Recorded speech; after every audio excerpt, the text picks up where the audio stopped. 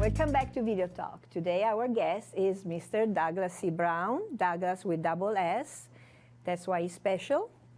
And he's a businessman and artist, and he has two hot glass blown studios. How did you start? How you were fascinated with glass blowing? Well, I started when I was a young man, around 23 years old. I was in France, and I had seen some etched glass panels that were in a cafe that were 10 foot by 10 foot of tall ships, of classic big sailing ships. And this was in a port town. And I came back to the States, and I was fired up, and I wanted to do that. And so I actually did get lucky. I fell in with a gentleman who was doing work throughout the world, and I was his glass guy. So we did stained glass panels for King Hussein and Amman in Jordan. We did yachts. We did just a whole bunch of different work in the casino world in Reno and throughout all of Nevada. You're fascinated with hot glass blowing, but there are different methods. You said that at the beginning of your career, you're interested in a different kind of glass blowing than you usually do now, right? That is correct. When I made the transition from doing flat glass work, and we started blowing glass, I did so for first a laser company, and then I turned that over to building the diffusion tubes that would cook the integrated circuits back in the day when Silicon Valley was still making chips in the late 70s and early 80s. I actually was blowing glass and making these large diffusion tubes that would cook the wafers, and a variety of other glass. That's called quartz glass, and it's pure silica, no other extra additives.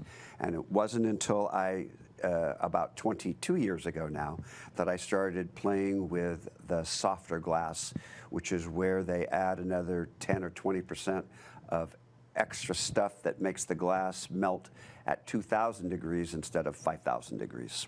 So that's the basic difference between the two methods of working. That's right. The pure silica at those temperatures that the diffusion tubes operate at 1,800, 1,900 degrees hold up. They're rigid. Anything else at that temperature pretty much makes the process, either they fall apart and implode. It's a real mess for the people that are doing that work. So what we do with the glass that we do now is that through the addition of some additional chemicals in there, they act as flux, and that allows the temperature to come down, where we can actually work with a piece of glass and bend it and shape it, blow it, which was very different from essentially welding the glass. Why glass is so fascinating to you? Why so attractive? It's a magical, because it's when it's cold, it's rigid, it's stiff, it's crystalline in structure, and yet when it's hot, it can be soft, moving around, flowing. Brilliant colors can be added to it through the use of metal oxides. It's truly fascinating to me because of its flexibility and its uses. What do you like to create? What's the most interesting shape or things that you like to create? While in front of the furnace. Yes. And trust me, people, it's very good for winter time, but not summertime. It can get warm in the studio for sure. So the favorite projects that I like to make, there's a bunch of different things. From a sculptural standpoint, I like being able to create forms in nature, whether it's something simple like a sea urchin or a sea star, or fish, jellyfish especially, are very interesting. I'm currently working on a large octopus that's about 3 foot in diameter. There's, like I said, a lot of different things. Pumpkins have been something that I've done since I first started, mostly because they're a really popular item to sell, and they also offer to essentially to be a canvas to work on and to explore color with. So if we were to have a flat piece of white canvas and you painted on it, you could do the same thing essentially with the glass, and have something afterwards that's people are going to like. You have two studios, one in Mare Island and one in Half Moon Bay. I've been there in both studios. They're very different. Can you explain that? Well, in Half Moon Bay, we started that studio 14 years ago, and I basically just carved out a little space inside of a warehouse at a winery about a mile outside of town on Highway 92. And as a result, it's a very narrow and very thin studio this way. So all of our equipment is set up, and it's a difficult place to really have anybody behind you. They're always standing on the side from you.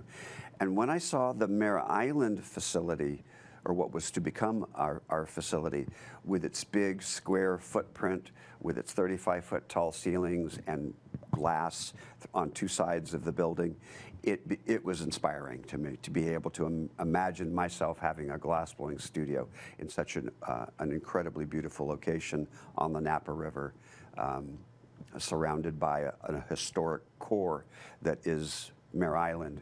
It's been a naval base off and on over the years since the 1850s, actually.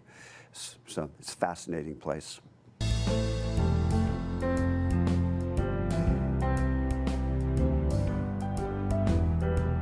All of the big cathedrals and other monumental pieces of glass that are done in churches all want to inspire people to be better, to do better. Call it the glory of God, or whatever the motivation is. There is undeniably an impact of those images and what happens. When I went to La Familia in Barcelona, I went in early in the morning, and so that the light came in from one side and through the course of the day as the sun rose and passed over all of the windows, cast light down onto the floors and onto the walls. It was very inspiring because he was such a master at knowing where the light would fall and how it blended in. The difference between a window in Notre Dame is that those images are painted on and they're depicting a specific moment in time.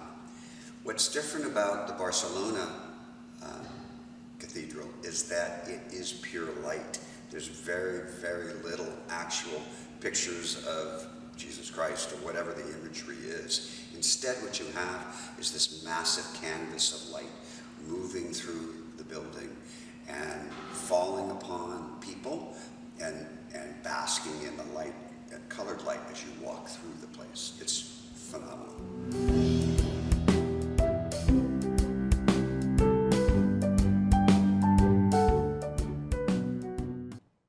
What is the most magical place where you saw astonishing piece of art with glass? Well, I've been to Chartres in France at the big cathedral there, and I do enjoy the large stained glass windows that you find throughout Europe. But Gaudi's La Familia is an impressive building to see and to be in, as opposed to depicting imagery of glass, telling stories in glass. His approach to it was to bask the occupants in colored of the glass. And it's truly inspiring to watch the sun rise and go to the other side, and all of that light change as it moves through the building. I know that at the beginning of your career, you told me, if I remember correctly, you also did some etched glasses and some paint glasses. Is that correct? Yes, the etched and stained glass, etched glass particularly, is a lot like operating an airbrush, But instead of putting paint out, you're putting sand out. And when you create a strong stencil, you can then do something that would be the equivalent of shingles on a roof to add depth. So it's low relief, bas relief carving of the glass. And that's how I got started in the world of glass. When people come to see your studio, how they approach you, what they want from you, or what do they expect from the studio? Well, most people are amazed at how much they are actually given an opportunity to do. We let them do 80, 90% of the work that's involved in it, in coloring and shaping and blowing. We're there for that 10% to 20% to oversee, to make sure that no mistakes are being made in the process that might cause the piece to not work. We have safety equipment and that sort of thing, of course, gloves, safety glasses for our eyes. But it's surprising when I talk to people afterwards how exhilarated they are after doing the class and actually feeling like they made it. They made that piece. And it's very inspiring as a teacher to see people walk away.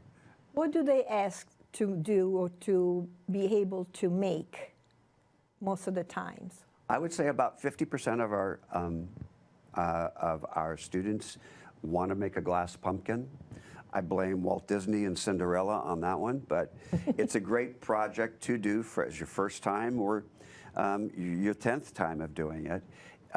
There's something very magical about that and about the way we put the stems on to help create that piece that's so unique to that individual pumpkin. You told me also that children can come to your place and make something out of it. That's right. We actually have a set of classes, 3 of them currently, where the children can make a holiday ball, a Christmas ball, a small molded heart, and then what we call a heart vase, which is that same mold but blown into it so they can create a little bud vase for themselves.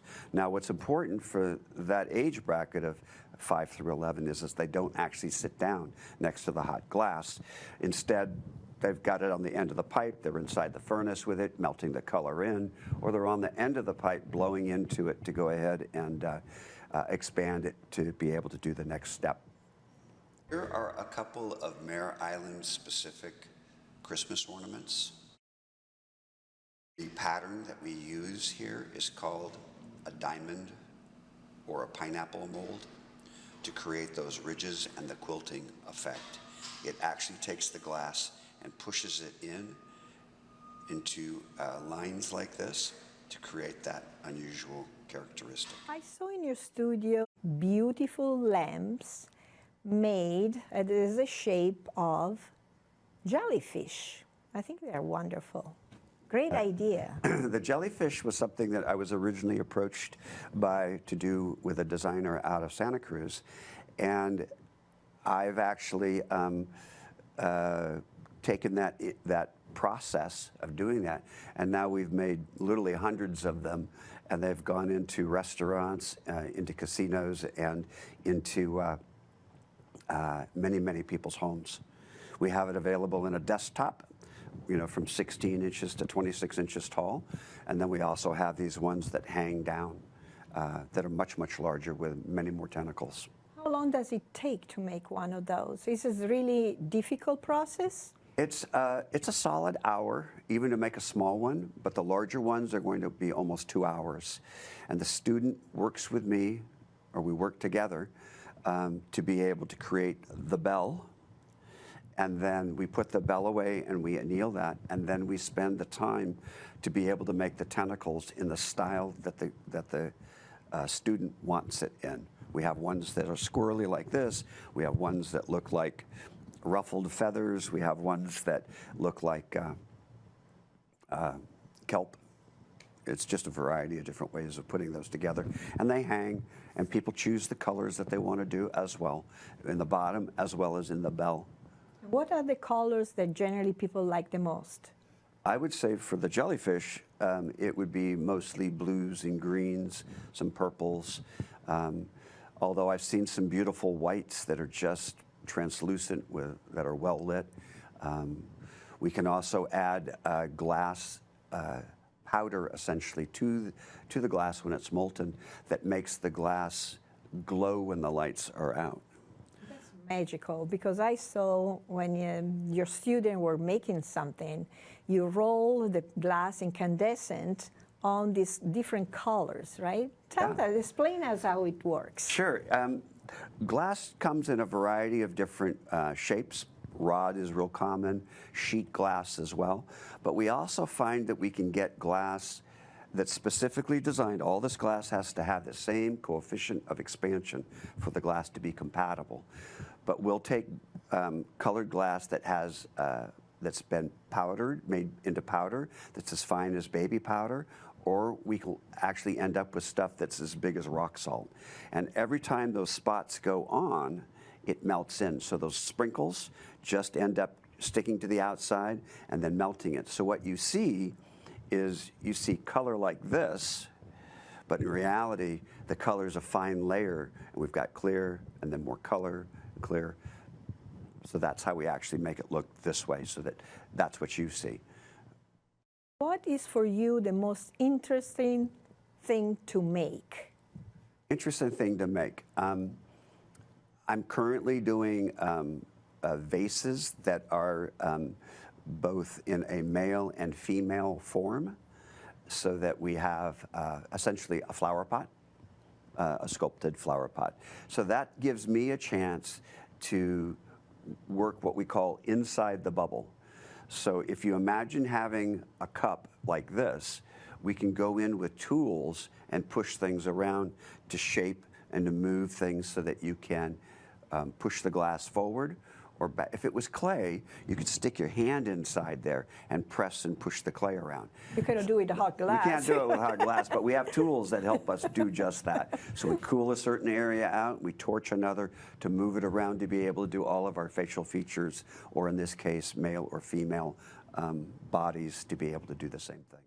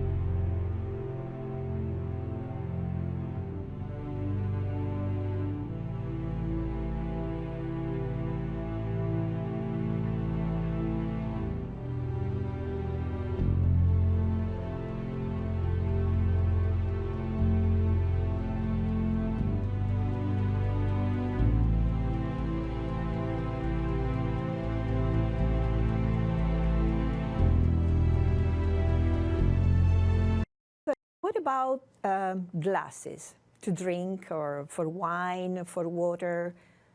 Are they easy to make or difficult? Well, typically what we do is we have things that will help us make a specific shape if that's what we want. A pint glass, whether it's an Irish stout glass, kind of looks a lot like a soda, a traditional soda glass, a soda fountain glass. We can also do wine glasses, like a stemless wine glass, old-fashioned glasses, shot glasses. These are all things that we do, but what happens is we blow a bubble, then we break it off, and then we attach a small bit of steel rod with a small bit of glass on it, and we take that shape and we open it up so that we can create the shape that looks what we associate with as a drinking glass, with a nice smoothed edge, all even. A lot of students, they come to your Afun-based studio, but also one-day people, tourists, and they want to take something home that they made. So how many students do you have per year? Per year? I haven't checked last year's numbers, but we were approaching 7,000 in 2019, and then with COVID, everything pretty much dropped in half. I think last year we ended up a little over 5,000 for the year. There are days when we've had as many as 100 people come through the studio. We have 2 teachers and an assistant working then to help get everybody through in a timely fashion. But most of the time on the weekends, we usually end up with somewhere between 18 to 25 people a day going through the studio through our 3 different time slots. But we can always do more, as I said, especially for corporate events and what they refer to as an off-site or team building activity. And when students come to your place, what do you expect to learn in one day? They stay one day, or they say, oh, I come back, they want to take 5, 10 classes, and what do they expect in a certain period of time to be able to learn and make? So most of our projects, or most of the classes that we offer, are really project-based. So somebody chooses to make a bud vase or a drinking glass or a pumpkin or something like that. We walk them through the process. The similarities between each of the different projects, some are more so than others, but they all establish a foundation. And all during this process, we're telling people what to do. And how to do it. And in my experience, people learn best when they're doing it 2 or 3 times in a row, because the skill set that they have, the first time it's like, wow, you know, that was crazy. But the second time they understand what the next step is going to be, and by the third time, things are just a lot smoother. They're on their own for the most part. And so after how many times they can do it by themselves? Yeah, after 3 times in a row like that, yeah. It's like a lot of things, though, in the sense that in us trying to manage people's expectations, I could show you 3 chords on a guitar, but you're not going to go on out and be a rock star with those 3 chords. You're going to need to spend some time practicing and understanding and how to interact with everybody else, too. That's an important part of glass blowing as it exists for the most part here in the U.S. is that it's, in many respects, it's a team sport. While somebody's doing this and blowing the bubble out, somebody else is getting the next piece ready to be able to apply, because timing matters in the whole process. You've got to be able to pull all that stuff together at the same time.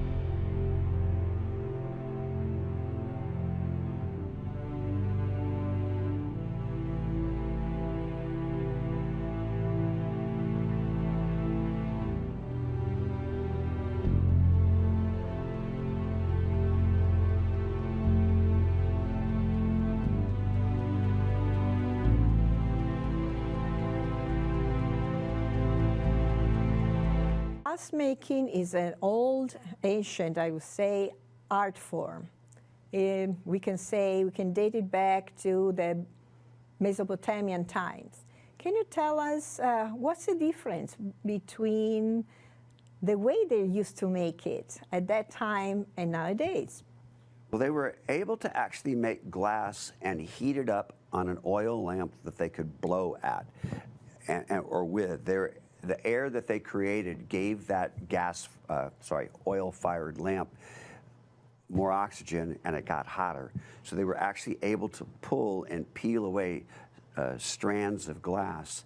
And the original stuff that you see in most of the museums from the Egyptian times were this thin strands of glass heated up enough, wrapped around a core of beetle dung on a stick, essentially, because they didn't have metal the same way that we have it. And then they would make their piece and put the whole thing away, clean out the insides, and now they'd have a small vessel like this. It wasn't until the 500 or so AD that the Romans finally got bronze pipes and started to actually blow into it. That was the difficulty. We didn't really have control of metal, and there isn't anything else that's going to hold up to that 2,000 degrees to be able to withstand that heat while somebody gathers a hot ball of glass that has the consistency of warm honey and be able to make it into something else. Did you notice also differences between styles and method among different countries? Because you traveled extensively also for your work, and I'm sure that you went to see different pieces of artwork made with glass. So did you notice substantial differences between works among different kind of works in different cultures? So I have spent a lot of time. In fact, I took a 5-week vacation where I traveled throughout Scandinavia and Europe, just looking at glass studios to see how they did it, from factories to small little shops here and there. And the tools that we use today, we're fortunate enough to have the electronics that can monitor the temperatures that we need. And there wasn't a lot of difference there, but where I did see major differences were in some of the factories in Scandinavia and the process that they used to be able to cool the glass down or to be able to manipulate it to do certain shapes and things. So that's where the creativity comes in. I remember sitting down and watching some gentlemen making they're called air-stemmed glasses, where a hot ball of glass is pushed into something and 4 pins go into it, so it creates these bubbles that then end up getting pulled out and twisted out. This is very popular, really a big deal around the Titanic days. So there was a whole bunch of stuff, a whole bunch of factories that were turning out glassware that would supply the large not sailing ships, they were cruise ships of the time. I'm sure that also you noticed the differences between the Victorian style and Art Deco style in glass. Which one do you prefer? Well, I'm a fan of Art Deco as a rule. I think that there's some shapes and things in there that, especially when it's been interpreted by glass artists throughout Europe, it has been incredible in some of the stemware, some of the French glass manufacturers, through the 30s and through 60s and 70s. The Italians, of course, have been doing stuff for decades, and they have their own style and approaches to it as well. And I'm like I said, I'm quite fascinated with the Deco style as a rule, but I can always appreciate a good floral pattern.